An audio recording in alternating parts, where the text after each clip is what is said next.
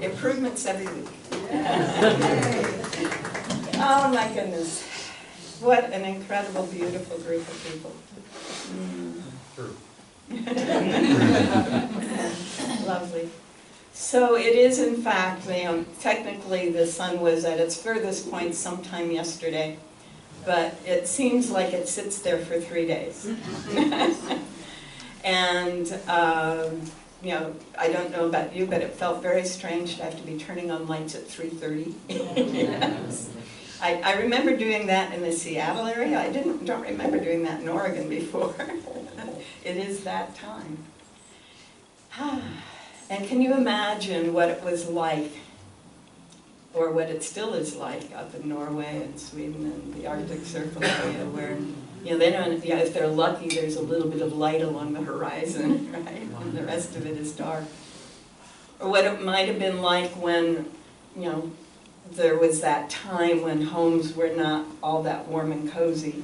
You had to be very close to a fire to be warm. And, you know, day after day, the sky would get from dark gray to light gray to dark gray to light gray. Not fun. And then there would be the times when it looked like it stayed dark gray. And you'd go, no, no, no, no, no, no, I don't want this. I need to have some light. So what begins to happen when we begin to see very, very early on in humanity's history or prehistory is, you know, gathering together in various ways. Now, new slide, please. Thank you. Oh, she's good. So this time of year, I used to say Merry Christmas before I understood how many holidays there are this time of year, right? So generally, I'll say Happy Holidays now, right? Yeah. And this was one of my holiday cards one year. And so I just thought I'd give you a sense of how many holidays there are this year, yeah, at this time of year. Basically between, you know, the first week of December and the first week of January, there are 29 holidays. Keep going. Wow. And Hanukkah is, you know, kind of the one that established the Judeo-Christian festivals of light. And it's the recognition that even when it looks as if there is no way ever anything is going to ever be okay again, miracles show up. And for those of you who don't know the Hanukkah story, the Maccabees, you know, experienced having the Greeks destroy the temple, and they went in to reclaim the temple, and there was only enough oil in the lamp for one night, and it lasted 8 nights. And that's why Hanukkah is 8 nights. Yeah. All right, and then there are these others that are a combination of various things, including Yule, but there's a Persian celebration. The Persians introduced fire as a part of sacred ritual way back in probably 1600 BC and maybe sooner. And then there is the festival honoring Ganesha, and I know a lot of you particularly enjoy Ganesh. He's the elephant boy, the elephant-headed boy. Okay. And then at the beginning of the month, we had the celebration of Buddha's enlightenment. Enlightenment. And here in this sanctuary, the local Zen community honored this wonderful experience of Bodhi Day. And then after we get past the solstice, there are a few more, and some of them seem to be related to Christmas, and some of them aren't.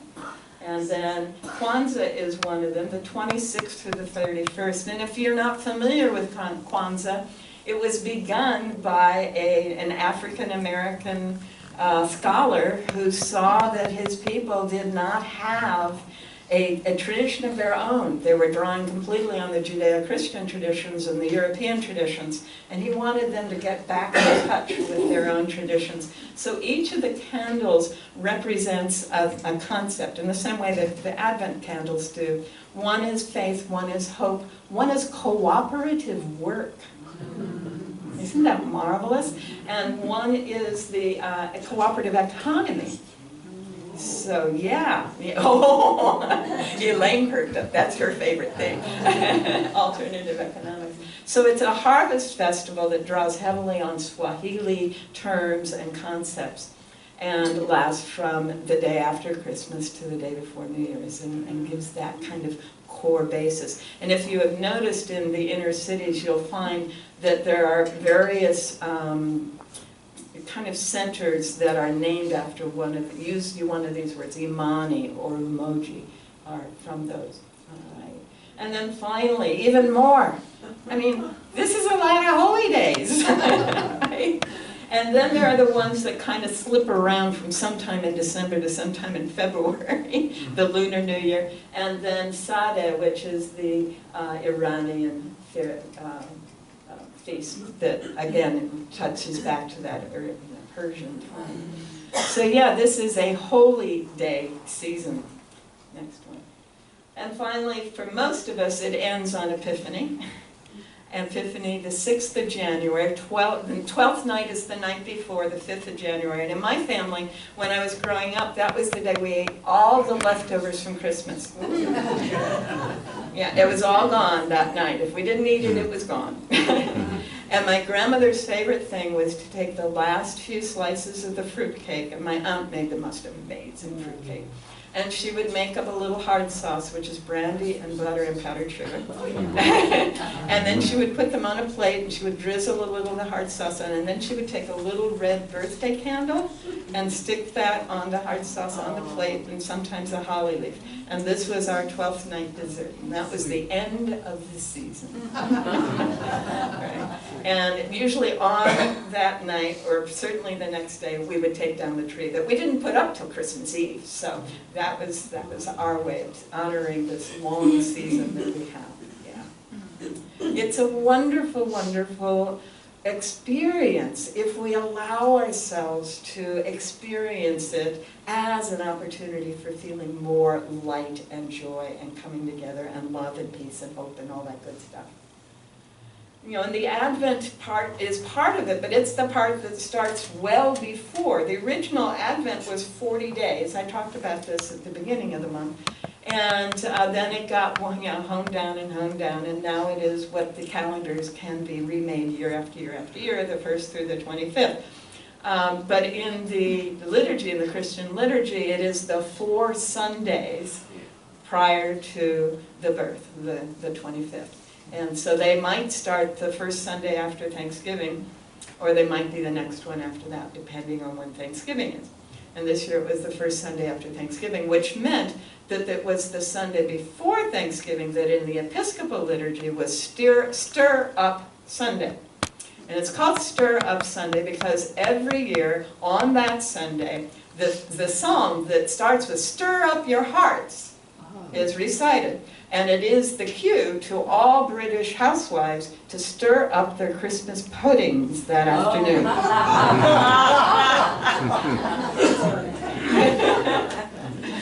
So, Advent is that time of preparing. All right. And it's all circling around this thing called Solstice. Now, this is a very modern Yule altar, drawing on a very ancient goddess statue there. And, whoops, back one. Yeah, she went forward. She gets to go back one. No, okay, we'll stay here now. This is cool. Okay. Right, yes. So the 8 sections on there are the 8 holy days in the Wiccan tradition or the ancient Celtic tradition. And in the center is the pentagram, which is the interlocking 5-pointed star, which is a little different from a traditional 5-pointed star. And again, it's about light and silver and gold and greens. And up in the very top with the dark blue and the moon and the raven is the Yule. And then each one of them follow around the circle. So the Yule in that tradition. All right, now we'll go to the next. So all of these different holy days, all of them have the same elements. Isn't that interesting? And it starts with lights in the darkness. And it is the darkness as much as the light. Okay, it's not just light. Summertime, it's all about light. But here we're talking about light in the darkness. And we all have, it's always fire of different kinds of forms. It's always bringing in greens, as we did with our Deck the Hall sun. Thank you so much for being part of that. And it's always got circles and spheres and stars and all kinds of shapes. We got a new star on the tree today, and someone gave me a new star for this year. And yeah, all that kind of thing. And there's always gold and silver, as much gold as possible. So if we go back to that imagining when it was really hard to get through this time, what we saw were several things happening at this time of year. And one of them was, in the fall, everyone had brought in, usually, the leaves, the dried leaves, to replace the summer grasses. Okay, every season you had to replace the soft things in the house that were filling your mattresses or covering the floors, keeping the bugs away. So you sweep everything out, and then you bring in the greens. You're bringing in soft fir branches. You're bringing in whatever you can that will be able to fill the mattress and to cover the floors of those homes, and hanging greens in the rafters and so on.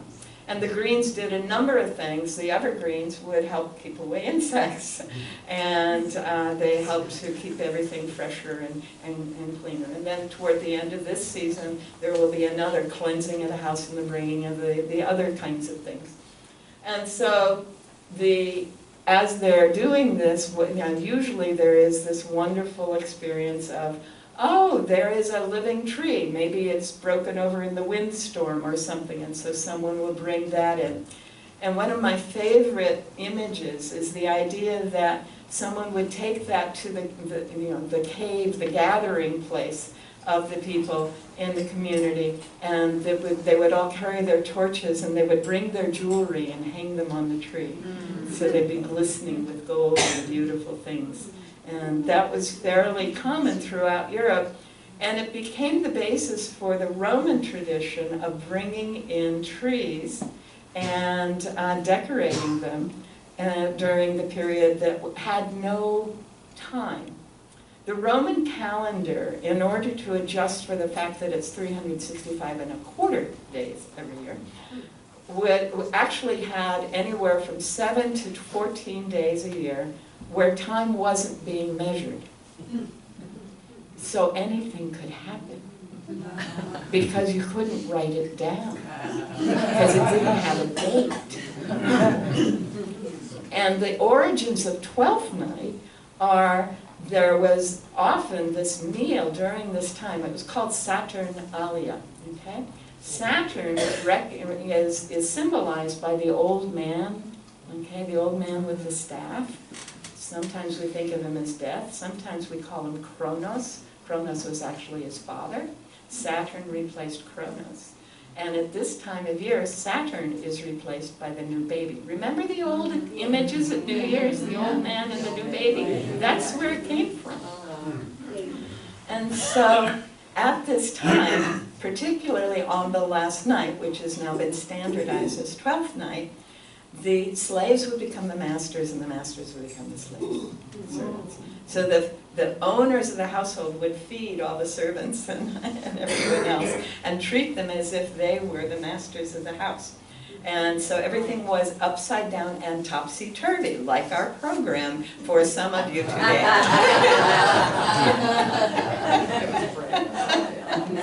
It was part of recognizing the impermanence of the structures and institutions of life. And a recognition that though this may be the experience of the moment, it is not, we're not stuck in that experience. So Saturnalia is the basis for a huge number of Christmas traditions. And then all the others are brought in from other cultures that the Roman Empire took over. All right, so one of those cultures was the Druid culture, which at this time of year would honor the only living thing, the only green thing in the oak forests, the mistletoe. Right? The mistletoe was green. And there was a golden knife that was used just for cutting this year's mistletoe. And that mistletoe would be honored and appreciated because it was green, it was living, and it was medicine, and it wasn't hallucinogenic. And it was also poison if it was done improperly. So it was really, kind of magical. It could be whatever you knew how to use it as, right? So mistletoe at this time of year is from the Druid tradition. And then Saturn, of course, bringing the Saturnalia tree into the house. And aren't we doing that a lot? Right? How many of you have ever had a little tiny tree and decorated it with your jewelry? No. Yeah? I've done it several years when I was, in process or whatever. It's so much fun. You take your necklaces and you drape them around, and you take your earrings and you put them around, and maybe you have a lovely brooch you put at the top of the tree. It's just fun. You have to be careful when you undecorate it because you don't want to really forget anything. But the Saturnalia tree, the Christmas tree, the tree that is the sign of life, where there may not be other life. And last year I shared a story that my grandmother used to tell, and really other people taught me things, but here you get to hear grandmother. And that was that when the Council of Nicaea established that, when Constantine said, we will have Christianity as the religion of the Roman Empire, and the Council of Nicaea was establishing the essence of the church, and the first folks were sent to Rome to be the bishop, Bishop Clement and others, and the first pope was officially declared, and they were trying to figure out, now how are we going to do this? What they did is they took those people who had been enslaved in Rome, who were from other parts of the empire and could speak both Latin and their own home language and were Christians. They sent them back to their hometowns. They sent them back to their home territories, not necessarily their hometowns. Patrick was sent back to Ireland. Okay, and a guy named Winifred was sent back to part of the German territories, which were called Gaul at the time. And he went back to, he was in this village, he would go from village to village, and this was the winter season, and he was in this one village, and they weren't going anywhere because of the weather. And he came out one night to gather firewood for his fire, and he saw that all the houses in the village were empty. And it was the solstice time, it was the dark time. And he followed their footprints. And he found them. He had been so proud because he had been teaching them all about Jesus and all about the great gospel good news. And there they were with a bonfire standing around an oak tree. And he knew they were slipping. He was not a happy king. Well, he had been doing firewood, and he happened to have his axe. And he took his axe, and he walloped on that sacred oak tree. And the village is in shock. How could anyone ever consider damaging the sacred oak? They're just standing there with their mouths open while he is chopping this oak tree down. And it's just horrific and wonderful at the same time. The bonfire and the tree and the sounds and the cold and all of that.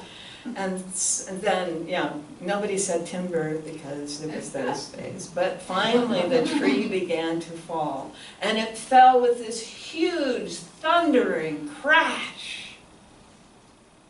And when the dust settled and the snow settled and everyone was able to look again, in the heart of that oak tree was an evergreen pine. The sign that there is life. New life.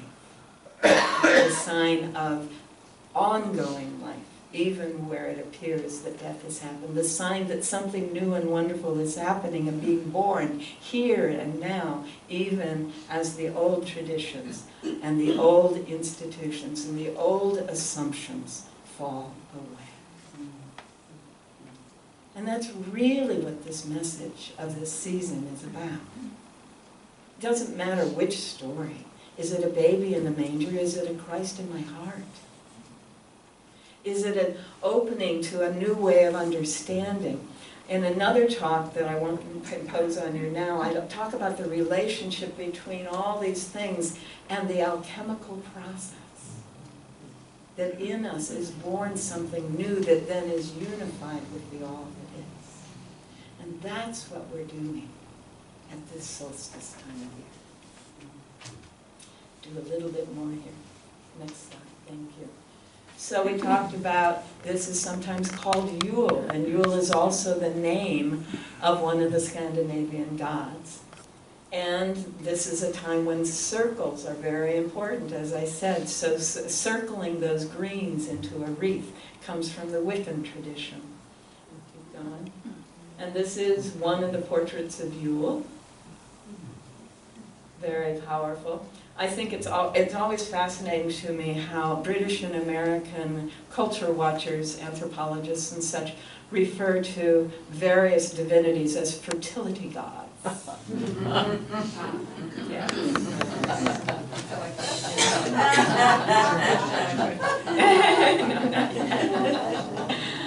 Okay. Harmony, well-being, balance, peace, everything in its place, everything flowing is the way it should so that all beings can experience their highest well-being. That's what these guys are about. So, Thor or Yule, or Odin, or St. Nicholas are also characters that pop up, and they all look kind of alike. They're all bearded, they all, and it's always gray or white beard, and they're all wearing these robes with fur. Now, St. Nicholas was a bishop, so he's wearing the bishop's robe, the red velvet with the white ermine. All right?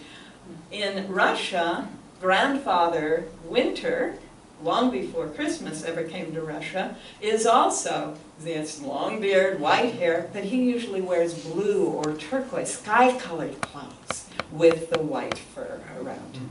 All right? And Yule, Yule or Odin usually wear the green with the fur around them, but they're all the same guy, in the sense that they are all related to Saturn, who is passing, he is leaving his gifts, and then will become someone new, who next year is the old man leaving his gifts, who will become something new, and the next year. So each year is a cycle, and the solstice is the point where the old is giving way to the new. I like him because he kind of combines them all. Notice that face. That's a Yule face. And then there's Mithras. A lot of people lose their faith in Christmas when they find out that long before there were any Gospels ever written, there was this guy named Mithras who was born on December 25. Now let's count. 3 nights. December 21 is the first night, 22nd, 23rd, and the 24th is the last night. In the morning of the 25th, the sun is back! Yay! Right? And so that's what's going on. We're just giving people's names to that experience. And so it turns out that if any of you have ever listened to the story of the birth of Jesus in the Gospels, he was clearly born in the spring. There are baby lambs. Right? He was obviously not born in midwinter. And this isn't even midwinter. This is the beginning of winter, right? So all of that.